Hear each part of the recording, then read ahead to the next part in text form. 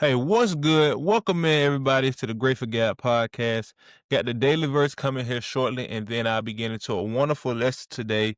We'll be continuing our lesson about Moses. And this lesson today is going to be in contrast to how Jehovah reached out to Moses, right? How he communicated and he chose Moses. So a wonderful lesson for all of us, not only in the fact of how we get to focus on how Jehovah chose Moses, but also Jehovah chooses us as well. So wonderful information here for us to be able to think about. Again, this information is coming from the lessons you can learn from the Bible book on the jw.org or JW Library. Make sure y'all go check it out for yourself. It's tons and hundreds of wonderful lessons. So I'm looking forward to being able to come here each and every Wednesday and giving insight and information on the lessons we can learn from the Bible. So lesson 18 will be the lesson we have today. Today's episode is being brought to you by Sugarcane Sweet Shop. Got the daily verse coming, and then lesson 18, the burning bush, will be spoken about and read today for the Grateful Gab Podcast. Daily verse for the day of November 12th, 2025, derives from the book of 1 John, chapter 4, verse 7, and it states as follows. Beloved ones, let us continue loving one another, because love is from God, and everyone who loves has been born from God and knows God. Amen. And again, that's from the book of 1 John, chapter 4, verse 7. So lesson 18, ladies and gentlemen, the burning bush. Again, this is more information to Moses, right? How Jehovah approached Moses, right, with the burning bush, and how Moses began his true service to Jehovah. Moses lived in Midian for 40 years. He got married and had children. One day, while he was taking care of his sheep near Mount Sinai, he saw something amazing. A thorn bush was on fire, but it was not burning up. When Moses went near to see why, he heard a voice from inside the bush say, Moses, do not come any closer. Take off your sandals, because you are standing on holy ground. It was Jehovah, who was talking by means of an angel. Moses was afraid, so he covered his face. The voice said, I have seen the suffering of the Israelites. I will save them from the Egyptians and bring them to a good land. You are the one who will lead my people out of Egypt. Don't you think that must have surprised Moses? Moses asked, What should I say when the people ask who sent me? God replied, Tell them that Jehovah, the God of Abraham, the God of Isaac, and the God of Jacob, has sent you. Moses then said, What if the people don't listen to me? Jehovah gave Moses proof that he would help him. He told Moses to throw his stick on the ground. Then the stick became a snake. When Moses grabbed the snake by the tail, it became a stick again. Jehovah said, When you perform this sign, it will prove that I have sent you. Moses said, I'm not a good speaker. Jehovah promised him, I will tell you what to say, and I will send your brother Aaron to help you. Knowing that Jehovah was with him, Moses took his wife and sons and headed back to Egypt. Are you enjoying today's episode? This episode of the Grateful Gab Podcast is proudly sponsored by Sugarcane Sweet Shop. At Sugarcane Sweet Shop, every dessert is made with love, creativity, and a sprinkle of sweetness.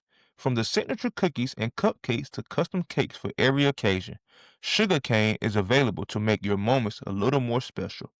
Follow them on TikTok, Instagram, and Facebook at Sugarcane Sweet Shop to see what's fresh from the oven. And don't forget to treat yourself today. So a beautiful lesson here, right? A wonderful account of something that we've all heard about or read about in our own account, right? The burning bush, Jehovah uh, giving Moses a sign, right? Piquing his curiosity, like, well, I've seen a bush be on fire before, but when those bushes was on fire, they burnt up. Well, this bush is on fire and it's nothing is happening to it, right? It's still standing. So that calling, right? That sign to Moses to come and be in the presence of Jehovah. And Jehovah gives us signs as well, right? Now the last days we're living at, right? Jehovah is clearly showing us that this world is coming to an end slowly, but each day by day it's coming to an end. And Jehovah is inviting us, right? He's choosing us to serve him, right? He's choosing us to give us a way out and away from this wicked world and come to where he is, right? Come to his holy place, just like he had told Moses that this was a holy place, right? Take off your sandals. But some things that stuck out to me here in this reading, right? The same way that Jehovah told Moses that I have seen the suffering of the Israelites, I will save them from the Egyptians and bring them to a good land. Well, fast forward thousands and thousands and thousands of years later from this account, well, what does Jehovah see now? Right? Jehovah sees the suffering of his people. Right? Jehovah sees the suffering of the ones all over the world who are preaching and teaching the good news and declaring and sanctifying his name, declaring the good news, right? Doing these things that Jehovah asks us to do. He sees the suffering of those individuals of the world, right? In the same way he told Moses that he would save the Egyptians, well, he's told us, he's informed us that he will save us as well, and bring us into a good land. And the good land he's bringing us to will be God's kingdom, his glory, his kingdom that's set up in the heavens right now, right? But so many other things that uh, Jehovah gave Moses clarity about, right? He assured him of him being with him, right? Moses asked Jehovah, "What should I say when what should I say when the people ask who sent me?" Right? Jehovah told him, "Tell them who I am. Tell them that I'm Jehovah, right? The Almighty God, the God of your forefathers, of Abraham, of Isaac, of Jacob, right? Though I'm the God of those gentlemen who serve me, and look what type of blessings came from that. You are the Israelites were direct descendants, direct reflections, direct blessings from these gentlemen, right? And we are as well. We get the same privileges of being chosen by Jehovah, right? Being the ones who follow the God of our forefathers, right? Of Abraham, of Isaac, of Jacob, right? Because just as Jehovah had said, the obedience of Abraham, he from his obedience, nations and people all over the world will be blessed, right? Be blessed by his actions, right? And that's an account of people to today, people all over the world. So as we continue to look at this lesson, right? What did Moses again? Moses seen the burning bush, right? That caused. So when we see a sign, when we see something that's out of the ordinary, that usually we've seen this before, but oh, this is something different. Well, take it as a sign that we need to go investigate, right? And investigate could be different ways. Do research, not always going up and seeing something, right?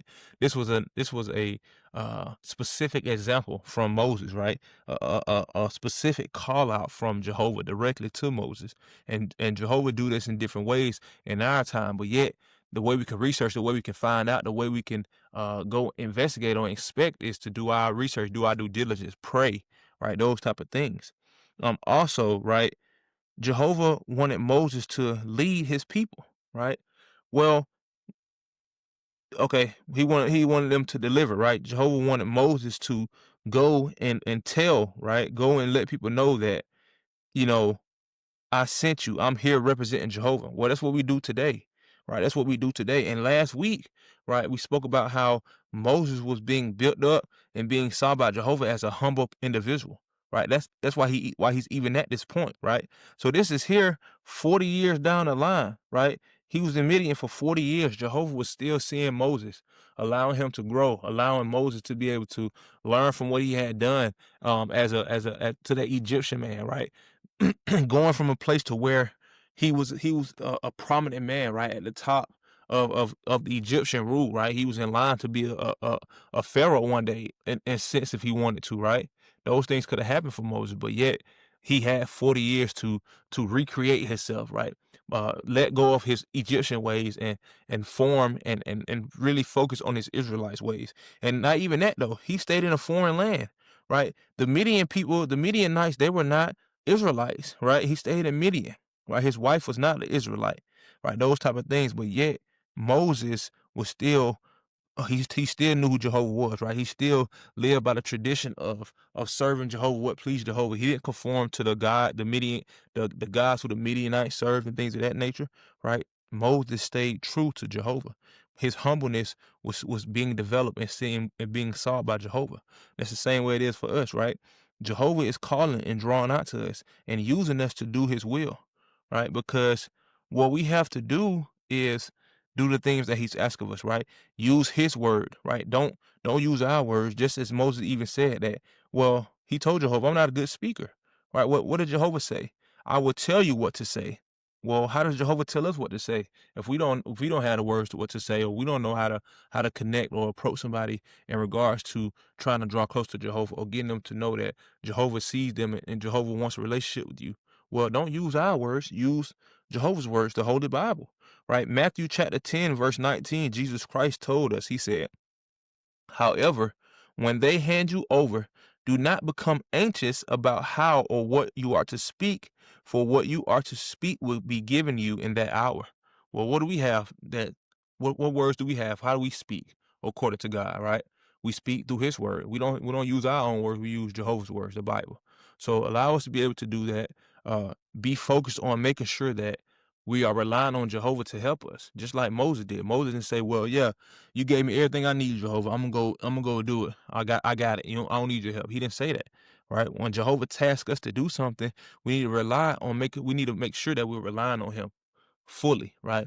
Not getting complacent, not getting into our own ways that, oh, well, Jehovah gave me this task. He must know I can do it.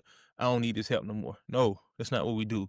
To make sure we do it properly, we want to rely on him and focus on him and constantly be in communication with him through prayer, right? Meditation, right? Research, studying, all those type of things, so that we know that when we're called upon, just like Moses was, to lead or to find people or to draw people to or to draw people to Jehovah, we'll make sure that we're doing it in a successful manner because we are being used by Jehovah. We're being led by Jehovah. We're relying on Jehovah. So, wonderful story today. Again, the burning bush, something that we've all heard about before in some instance. But take these lessons, right? Remember that Jehovah sees us, right? Just as he's seen the suffering of the Israelites, he sees us. Just as he saved them in that day, he's going to save us. And just as he brought them to a better land and a good land, he's going to bring us into a perfect land when he sent Jesus Christ out of heaven to bring his kingdom to the earth. So remember that. Y'all take care of yourselves. Be blessed. And until next time, peace.